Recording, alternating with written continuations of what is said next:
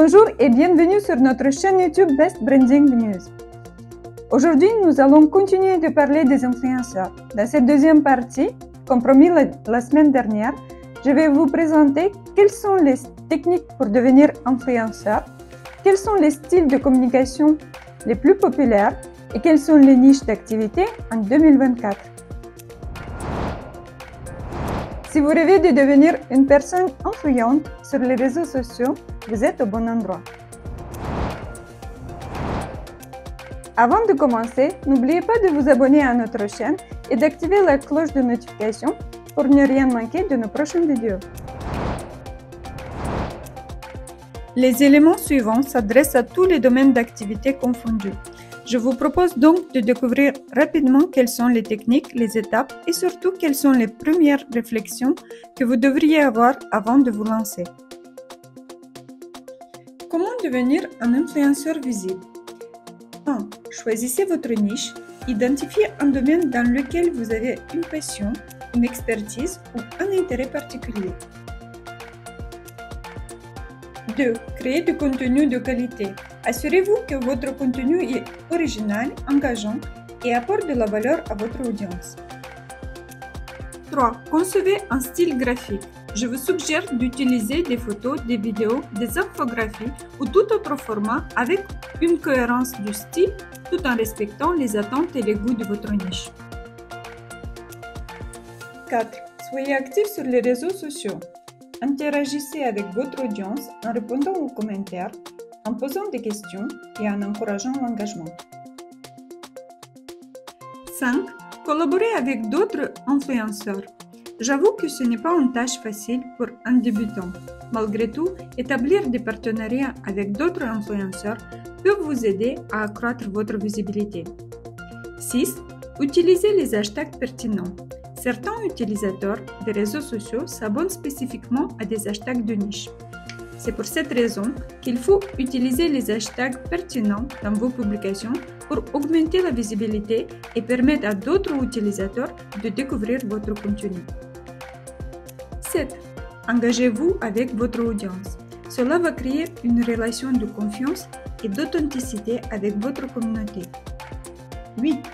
Optimisez votre profil. Assurez-vous que votre profil sur les réseaux sociaux est complet, attrayant et reflète votre identité d'influenceur. Utilisez une biographie claire, des photos de profil et de couverture de haute qualité. Et incluez des liens vers votre site web et d'autres plateformes pertinentes. 9. Soyez patient et persévérant. Devenir un influenceur visible prend du temps et nécessite de la persévérance. Continuez à produire du contenu de qualité et à interagir avec votre audience et à développer votre présence en ligne.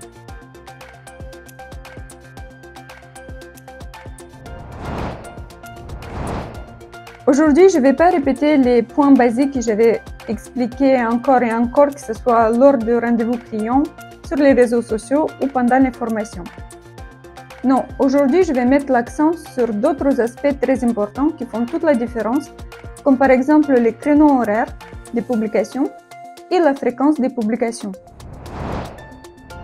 La question de choisir judicieusement votre cible ne se limite pas seulement à suivre les tendances du moment, mais surtout à comprendre quand votre public a besoin de vos conseils et comment vous allez leur transmettre votre message.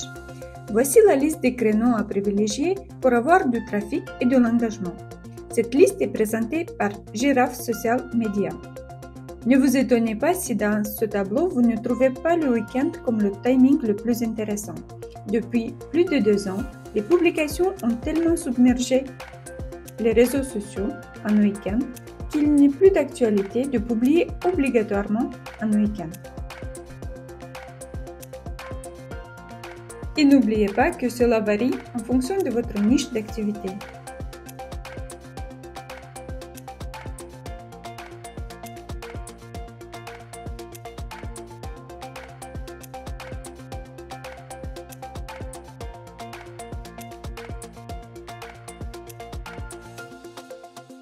Si vous souhaitez optimiser l'impact de votre chaîne YouTube, voici les tendances pour les meilleurs créneaux horaires de la semaine. Les jours les moins engageants sur YouTube sont lundi, mardi et mercredi. En revanche, jeudi et vendredi, ce sont les meilleurs jours pour poster vos vidéos sur YouTube. Au niveau des horaires, l'étude nous apprend que la plage entre midi et 16h est la meilleure. Contrairement aux autres réseaux sociaux, samedi et dimanche sont les jours propices. Attirez l'attention de votre public au moment où il est prêt à se détendre en téléchargeant votre contenu entre 9h et 11h du matin. Gardez toujours en tête que les utilisateurs regardent des vidéos sur YouTube surtout le soir en semaine. Un autre aspect très important est la fréquence de vos publications. Sachez que les algorithmes de chaque réseau social vous enlèvent du fil d'actualité si vos publications polluent le trafic de la plateforme. Et ça peut être compliqué pour devenir influenceur dans ce cas. Comment ça marche? Les algorithmes des réseaux sociaux sont conçus pour favoriser les publications qui suscitent l'engagement et l'intérêt des utilisateurs. Si vos publications sont très fréquentes et votre petite communauté n'a pas réussi encore d'agir, les algorithmes les définissent comme des spams. Pour éviter d'être trop affecté par les algorithmes des réseaux sociaux, voici quelques conseils. 1. Si les images valent 1000 mots, alors les vidéos valent 1000 images qui valent 1000 mots chacune. En produisant un contenu de qualité, original et engageant, vous augmentez vos chances d'être bien classé par les algorithmes. Comprenez votre audience. Effectuez des recherches approfondies sur votre public cible et comprenez ceux qui le recherchent et ceux qui l'apprécient. En adaptant votre contenu en fonction de leurs intérêts et de leurs besoins, vous augmentez les chances d'engagement et de visibilité. Encouragez l'interaction en incitant des débats. Les algorithmes favorisent les publications qui génèrent des interactions telles que les commentaires, les partages et les likes. Encouragez votre audience à interagir en posant des questions, en lançant des débats ou en invitant à partager des expériences personnelles. Utilisez les fonctionnalités des réseaux sociaux. Les plateformes sociales offrent souvent des fonctionnalités spécifiques pour augmenter la visibilité de votre contenu. Soyez cohérent et régulier. Maintenez une présence régulière sur les réseaux sociaux en publiant du contenu de manière cohérente. Les algorithmes favorisent les comptes actifs et réguliers. Il est important de noter que les algorithmes des réseaux sociaux évoluent constamment. Il est donc essentiel de rester informé des dernières tendances et d'ajuster votre stratégie en conséquence. Maintenant, parlons de style de communication. Vous avez déjà entendu que pour se faire démarquer sur le marché, il faut avoir son propre style de communication. C'est un petit peu banal tout ça. Personne n'en parle des choses vraiment importantes, comme par exemple pourquoi certains styles de communication fonctionnent très bien et leurs créateurs deviennent influenceurs, et d'autres, ils ont du mal à décoller. Aujourd'hui, je vais vous décortiquer les 3 styles de communication, pourquoi ils sont si bien perçus par le public et pourquoi les personnes qui les utilisent deviennent influenceurs.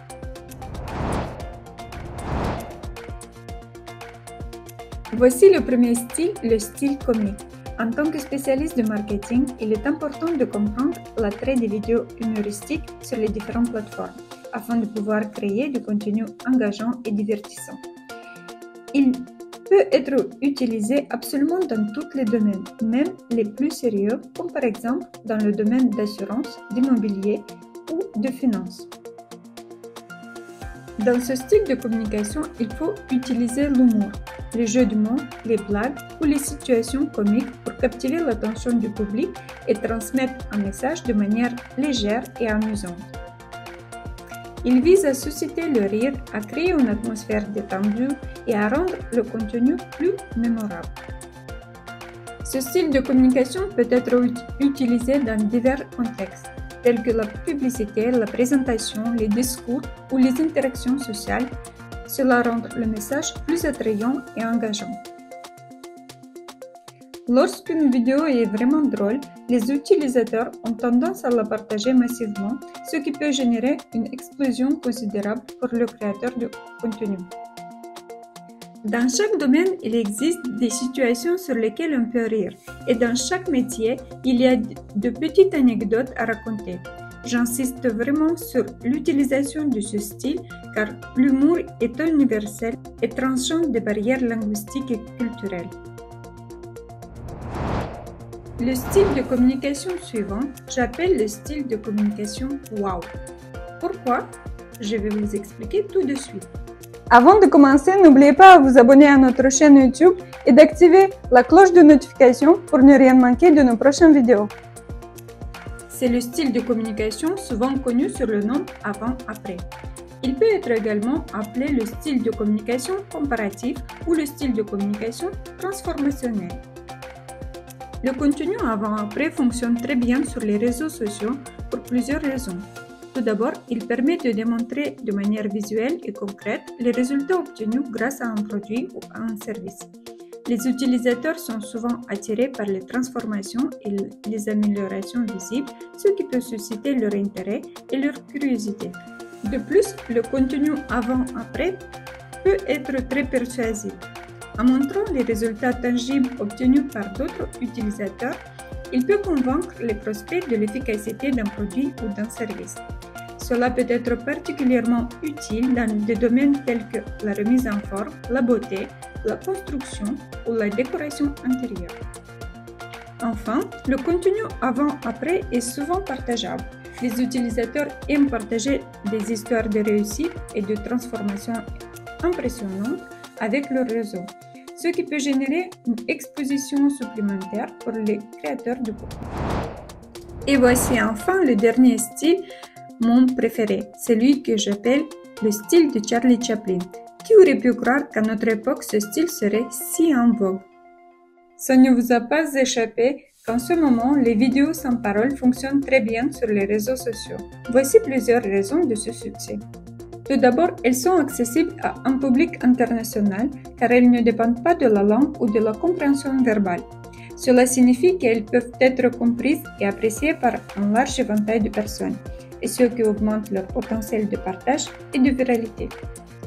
De plus, les vidéos sans parole sont souvent plus visuelles et axées sur l'aspect esthétique. Elles peuvent captiver l'attention des utilisateurs grâce à des images percutantes, des mouvements créatifs ou une narration visuelle. Cela peut rendre le contenu plus attrayant et engageant, incitant les utilisateurs à le regarder jusqu'au bout et à le partager avec leurs amis. Les vidéos sans parole sont également idéales pour les plateformes de médias sociaux, où le son peut être désactivé par défaut ou où les utilisateurs préfèrent regarder des vidéos sans le son activé. Elles peuvent être donc visionnées facilement et rapidement sans nécessité de son ou de sous-titres. Enfin, les vidéos sans parole peuvent susciter les émotions de manière universelle. Les images et les actions peuvent transmettre des sentiments tels que la joie, la surprise, l'excitation, etc. Et maintenant, le moment est venu de discuter quelles sont les niches d'activités les plus intéressantes pour 2024. Dans la situation actuelle, beaucoup voient la création d'entreprises comme une affaire pessimiste. Permettez-moi de vous donner quelques pistes de réflexion sur les niches d'activités de 2024. Les questions suivantes sont: avez-vous envie de partager quelque chose qui peut intéresser un groupe de personnes ou avez-vous envie de vous rémunérer? Alors, si votre réponse est oui, je vous propose de bien noter les niches qui seront dans les tendances en 2024.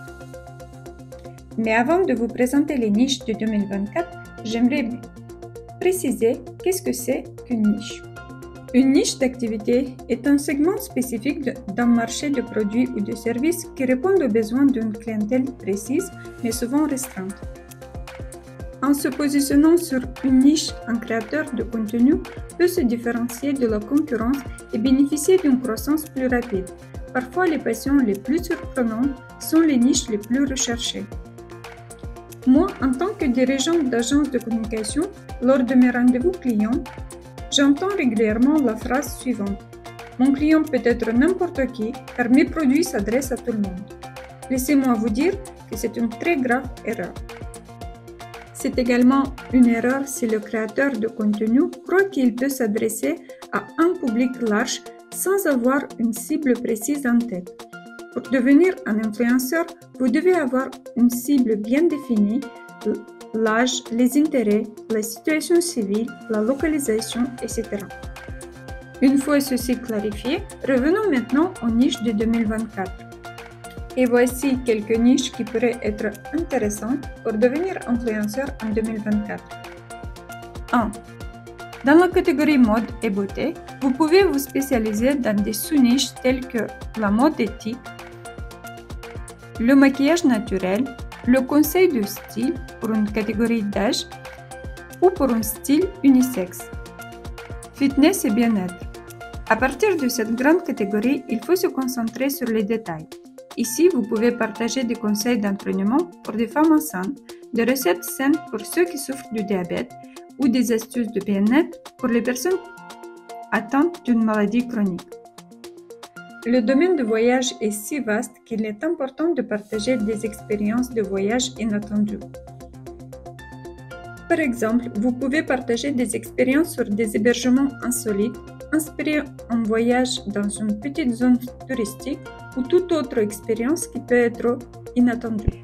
La cuisine végane ou l'alimentation flexitarienne sont des sujets qui intéressent de nombreuses personnes. Vous pouvez donc partager des recettes véganes, des astuces culinaires flexitariennes ou des conseils nutritionnels ayant un impact positif sur l'environnement. Parentalité et éducation. Dans ce domaine, il y a peu de concurrence. Si vous avez une expérience solide dans ce domaine de la parentalité et de l'éducation, vous pouvez devenir un influenceur en partageant des conseils et des astuces, des expériences liées à la parentalité. Il est important de noter que la concurrence peut être élevée dans certaines niches. Il est donc essentiel de trouver un angle unique et de créer un contenu de qualité pour vous démarquer. De plus, il est important de rester à l'afflux des nouvelles tendances et de s'adapter aux évolutions des plateformes des médias sociaux pour maintenir votre pertinence en tant qu'influenceur. Merci d'avoir regardé cette vidéo. N'oubliez pas de vous abonner à notre chaîne YouTube ainsi qu'à nos réseaux sociaux pour ne rien manquer de nos prochaines vidéos. À bientôt!